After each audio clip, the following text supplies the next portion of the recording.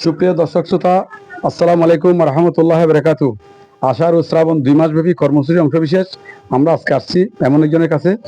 ওনাকে আপনারা দেখেন, উনি এক সময়, আমি একটু বলি, এক সময় নাটক করতেন।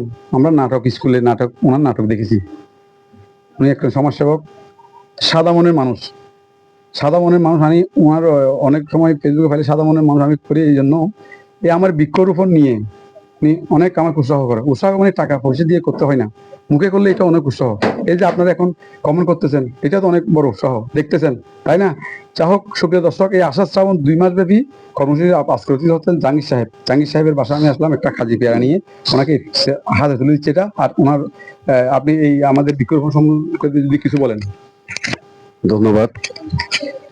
আসলে দীর্ঘ কয়েক বছর ধরে আমাদের অত্র এলাকারই আমাদের এক ছোট ভাই বাবুল, ও আসলে ব্যবসায়িক কাজে এত ব্যস্ততার পরেও এই বৃক্ষরোপণে মানুষকে উদ্বুদ্ধ করার জন্য ওনার যে প্রচেষ্টা, আমরা সবসময় ওনাকে উৎসাহিত করি এবং আগামীতেও ওনার এই ধারাবাহিকতা উনি রক্ষা করে যাবেন এবং আমাদের পক্ষে যতটুকু সম্ভব আমরা ততটুকু সহযোগিতা সবসময় করব। ও বৃক্ষরোপণ অভিযান সফল হোক, আমি এই কামনা করি। আসসালামু আলাইকুম।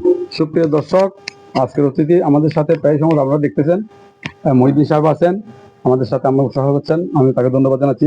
একটু করে দেখাই জাহাঙ্গীর ভাইয়ের এখানে কিন্তু মাশাআল্লাহ অনেক ফুল ফল দেখতেছি, গাছপালা আছে। সুপ্রিয় দর্শক, এরকম প্রত্যেকটা মানুষের জায়গা যতটুকু তা করা উচিত বলে আমি মনে করি। সুপ্রিয় দর্শক, ভালো থাকুন, সুস্থ থাকুন, খোদা হাফেজ।